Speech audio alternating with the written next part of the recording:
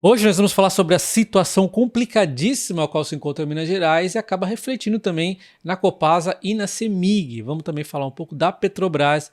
Já deixa o like no vídeo. Primeiro vamos começar entendendo aqui o que está acontecendo ali com Minas Gerais. Então, só contextualizando para quem não sabe, o governo estadual de Minas Gerais deve uma grana preta para o governo federal, que agora resolveu cobrar essa dívida e, diante disso, pode estar acontecendo o pagamento de parte dessa dívida via Copasa e CEMIG. A gente já vai entender um pouco mais sobre isso, mas vamos relembrar aqui nessa história, como é que surgiu essa dívida de Minas, né? Começou lá na década de 60, a década dos investimentos ali em Minas Gerais, onde foi feito muito investimento em infraestrutura, ela acabou contraindo uma dívida interna bilionária de 3,5 bilhões de dólares. Essa dívida dolarizada, eu pedi para a inteligência artificial dolarizar, porque a gente sabe que a moeda no Brasil aqui nem era o real nessa época, e mesmo quando foi o real, a inflação é tão alta, é difícil da gente falar em moeda nacional, né? Então temos que dolarizar para ter mais noção. Bom, enfim, na década ali de 80, a dívida interna acabou se transformando em dívida externa, atingindo 10 bilhões de dólares. Ou seja, a dívida agora passou a ser para o governo federal. Nos anos 90, teve ali o Plano Real, que deu uma amenizada na inflação. Tivemos privatizações acontecendo e mesmo assim os recursos que Minas levantou não conseguiu pagar essa dívida. Os juros da dívida é muito alto. Aí aconteceu que aumentou a dívida, atingindo 25 bilhões de dólares. Eu acho muito bizarra essa situação de ficar pagando dívida nessas alturas, né? Nós estamos falando de Brasil. Enfim, eu já vou comentar sobre isso, a minha opinião, tá? Em 1998, então, houve um acordo aqui com a União e a dívida foi reestruturada e reduzida para 18 bilhões de dólares. Do anos 2000 até ali nos anos 2010, né, 2000 e poucos, temos aqui o crescimento da dívida, juros altos continuaram, a desaceleração econômica elevaram a dívida de novo, atingindo 28 bilhões, voltando aí para ser maior do que era lá na década de 90, né? Em 2018, houve a suspensão aqui do pagamento da dívida. O Supremo Tribunal Federal suspendeu o pagamento da dívida devido à crise fiscal em Minas Gerais. Acontece que ali no fim de 2023, o STF, eu acho que ele foi ali resolver cobrar essa dívida novamente do governo de Minas, e aí agora o governo de Minas está negociando com o governo federal o pagamento dessa dívida, e o prazo para tomarmos aqui alguma decisão é em março. Então, em março, nós temos que ter alguma coisa definida ali no fim de março, no fim desse mês, né, na verdade, temos que ter já algumas diretrizes definidas. Então, é por isso que pode ter algumas novidades aqui em relação a Copasa e a CEMIG, embora todo estudo ali de preço e tudo mais são coisas que demoram, tá? Mas alguns ruidinhos já pode acontecer. Bom, primeiro vou dar minha opinião aqui, né, sobre essa dívida de Minas Gerais com o governo federal. Óbvio que tem que pagar, acho que não existe esse negócio de não vai mais pagar, mas na minha visão também é óbvio que não dá para ficar cobrando juros de Minas. Minas não é um estado brasileiro, por que você está cobrando uma dívida absurda como é a dívida do Brasil? Será que não seria mais prudente apenas corrigir pelo IPCA? Caramba, a gente incentiva tanto o Nordeste, o Norte, fazendo uma série de benefícios fiscais, uma série de coisas que a gente faz pro Norte e Nordeste. A maioria das coisas eu não reclamo, algumas são no intuito tão grande de ganhar voto que realmente a gente vai contra, né? Mas a maioria delas a gente acaba indo a favor, porque está querendo ajudar um estado ali que está mais fraco. Como é que você cobra uma dívida, juros bilionários de uma dívida de Minas? Na minha opinião, eles tinham aqui que não cobrar essa dívida, apenas cobrar o valor, vai pagando aí diante de um cronograma que eles elaborem e atualizado pela inflação. Essa é a minha opinião, não sou lei, não sou nada, né? Enfim, é a minha opinião aqui de cidadão. E quando retomamos a época da possível federalização da CEMIG e da Copasa, nós vemos aqui a CEMIG tendo quedas ali do topo de 23%, mas no dia da notícia, inclusive, que ficou mais claro ali que teria federalização possivelmente, a CEMIG caiu 10% num dia só, mas na sequência teve aqui 23% de queda, se recuperou na sequência aí com um afastamento um pouco dessa possibilidade, mas não foi descartada, a gente já vai ver mais notícias sobre isso, e agora ela está meio que numa lateralização, ainda está descontada, porque o projeto da CEMIG é muito bacana, mas se ela for federalizada, coloca tudo em xeque, eu já vou comentar, tá? Então a gente vê aqui a Copasa, ela chegou a cair no dia também um pouco mais forte, mas ela diminuiu a queda, caindo ali próximo de 3% no dia dessa notícia aí da federalização. Então, por que o mercado fez isso? Porque a Copasa sob o governo federal seria bacana? Não. porque a Copasa é menos provável que vai ser federalizada, porque qual o interesse do governo federal em ter uma empresa estadual, né, de saneamento sob o controle dela? Não tem muito sentido, né? Então é menos provável que isso aconteça, mas não é impossível, tá? Existe essa possibilidade, inclusive está sendo estudada, a gente já vai ver isso, tá? Então não descarte a possibilidade de acontecer isso com a Copasa, embora menos provável. Com a CEMIG já existe aqui uma possibilidade maior, porque o governo está louco aqui para ter uma elétrica depois que a Eletrobras foi vendida, ele já está desesperado ali com a questão do controle ali dos votos na Eletrobras e está doidinho para ter uma outra elétrica ali para fazer a bagunça dele.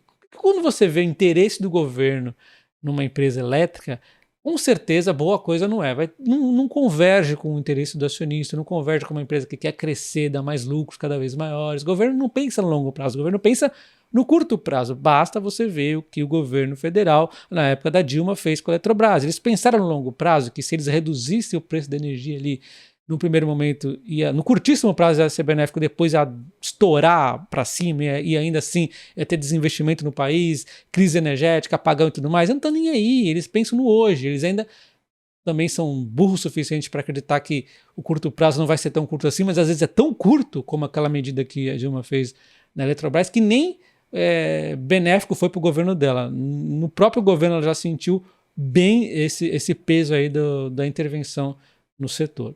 Enfim, então quando nós falamos de Copasa ou CEMIG sendo federalizada, passando o controle do governo estadual para o governo federal, é uma desgraça para as duas empresas, principalmente quando existe a possibilidade dessas empresas serem privatizadas. Então nós temos aqui a CEMIG e a Copasa num processo de evolução, principalmente a CEMIG, né, num processo de evolução bacana, só que ela está chegando ali naquele limite onde é um pouco mais difícil ela continuar evoluindo nesse mesmo ritmo, sem ser privatizada. Então ela está aqui a CEMIG, se ela for privatizada ela consegue crescer ainda mais, e se ela não for privatizada ela vai continuar crescendo, mas vai ter um pouco mais de dificuldade. E se ela for federalizada é o lado contrário, né? O lado aqui para baixo, ela vai inchar de novo, um monte de companheiro na empresa, não presta, a federalização não presta. Se você acredita na federalização, você é maluco. Então o canal Stock Pickers fez uma entrevista aqui com o secretário do Tesouro, Rogério Seron, e eles chegaram aqui nessa discussão sobre a CEMIG. Vamos dar uma olhada. Está em curso uma discussão sobre a dívida do Estado de Minas Gerais, né? Ela está suspensa nesse momento, tem uma proposta na mesa do senador Rodrigo Pacheco, presidente do Congresso Nacional, de federalizar as duas empresas estatais, Copasa e CEMIG. Essa discussão está em curso nesse exato momento e eu queria saber assim, qual é o passo disso, como que isso está sendo tratado no Ministério da Fazenda, se a federalização pode ser um caminho interessante ou se tem alguns problemas e quais seriam as alternativas, já que é preciso chegar a uma solução, senão o Estado pode chegar a um calote com a volta da necessidade de pagar, se não me engano, até abril, né? Esse deadline do Supremo, né? Sim. Atualmente tem um deadline até abril para se resolver a questão do RRF, não necessariamente essa discussão sobre aceitação de ativos ou não. Essa não é uma discussão simples, tá? Mas eu estou tentando organizar ela. Do ponto de vista fiscal, se você pensar qualquer ativo que ela seja transferido pelo seu preço justo, em tese ele é só uma troca patrimonial, eu não estou tendo nenhum impacto do ponto de vista econômico para o Tesouro. Então, isso é um primeiro ponto importante. A princípio, se você tiver um ativo, sem entrar no mérito desse ativo, mas um ativo ao seu valor justo, ele é uma troca patrimonial com uma dívida, não teria problema. Agora, tem nuances. Bom, uma das discussões colocadas é a possibilidade de participações em empresas, né? Codemig, CEMIG, Copasa, são informações públicas, né?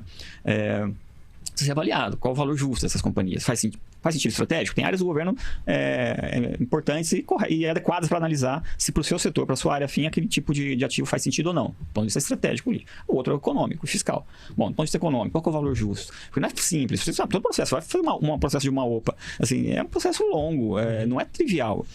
O processo de valuation, do diligence, entender os passivos. Quando você pega uma Copasa, ela tem uma enormidade de discussões, não é tão simples. E fora outras companhias, por exemplo, CEMIG, aí como que fica com os acionistas, minoritários, enfim, tem muitas discussões, é um processo longo. Assim, acho que tem um primeiro momento, qual é o nosso compromisso? Estudar, nós estamos estudando.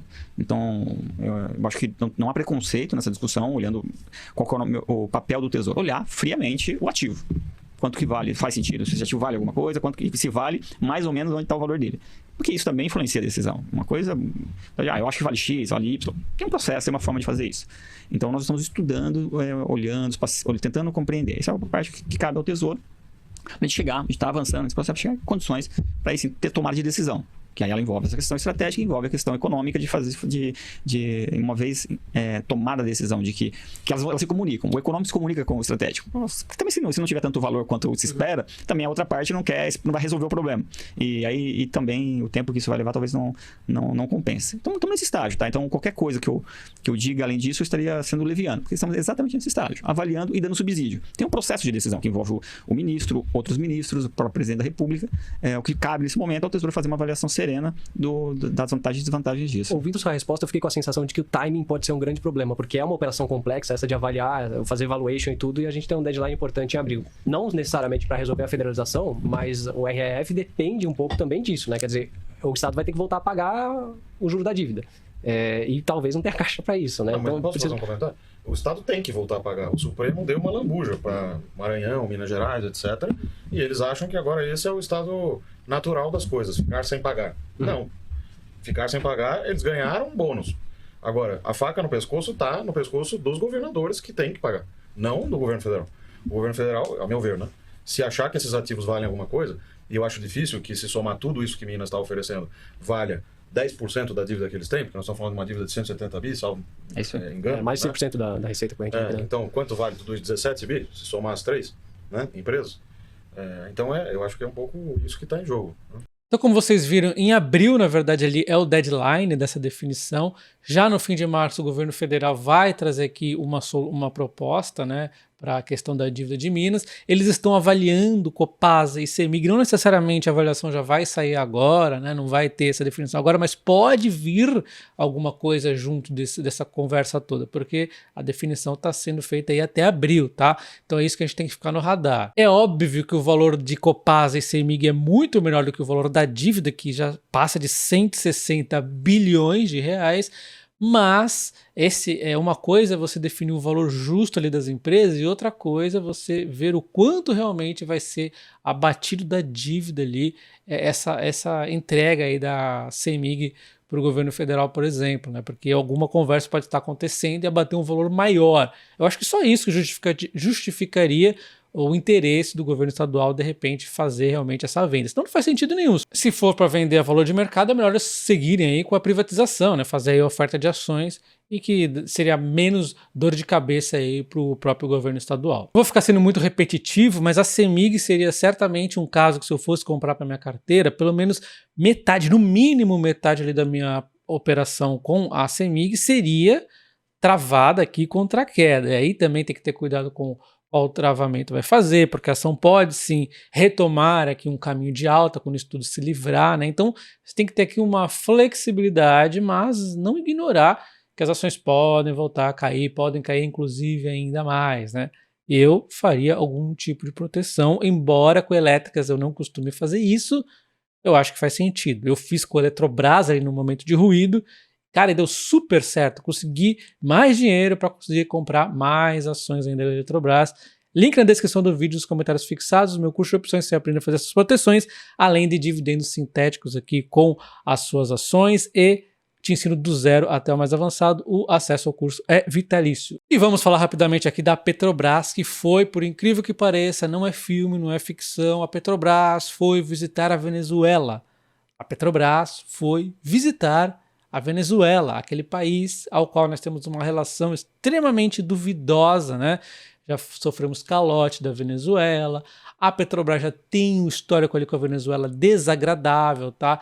Quem não se lembra ali da refinaria Abreu Lima, que o senhor Lula criou ali junto com a Venezuela, tem investimentos em parceria e tudo mais, a Venezuela abandonou o barco no meio do caminho. Essa refinaria, ela era prevista ser construída com valor de 2,5 bilhão de dólares. No fim, ela custou quase 100 bilhões de reais, a refinaria mais cara do mundo, uma série de corrupção, ideia do querido Lula, que agora retomou, né, essa Abreu Lima. É um escárnio isso aqui, né? Enfim, a Petrobras foi, então, visitar a Venezuela. Vamos ver o que ela foi fazer lá, né? A ideia aqui foi visitar a área de produção e refino de Maracaibo, importante região produtora de petróleo do país. Não foi esclarecido se a viagem aconteceu ao convite do governo venezuelano, mas a Petrobras arcou aqui com os custos. Então vocês devem saber que o petróleo da Venezuela é diferente, ele precisa ali de um tratamento, vamos chamar, um tratamento especial, e como o governo venezuelano é muito dominado pelo próprio governo, né? Tudo ali passa pelo governo, e governos são tudo uma porcaria, não houve esse investimento, então qualquer país que for importar petróleo da Venezuela tem que fazer esse tratamento adicional. Aliás, a refinaria Abreu Lima tinha essa estratégia aí também de fazer isso e a gente viu que não dá certo, não dá para contar com a Venezuela. O que você está indo lá fazer na Venezuela, Petrobras? É inacreditável, mistura corrupção, mistura histórias mal contadas, né? Sem contar que essa relação aqui do Brasil com a Venezuela e o Brasil com a própria Minas me lembra aqui aquele malandro, né, que bate na mulher em casa e na rua é um anjinho. Então ele vai lá ao Brasil, com a Venezuela é um anjinho. Ai, você não pagou a dívida, né? Coitadinho de você. Aí vai lá em Minas e cobra juros e não sei o quê, e quero isso, quero aquilo. Cara, por quê? Por quê? Um abraço, até o próximo vídeo. Valeu!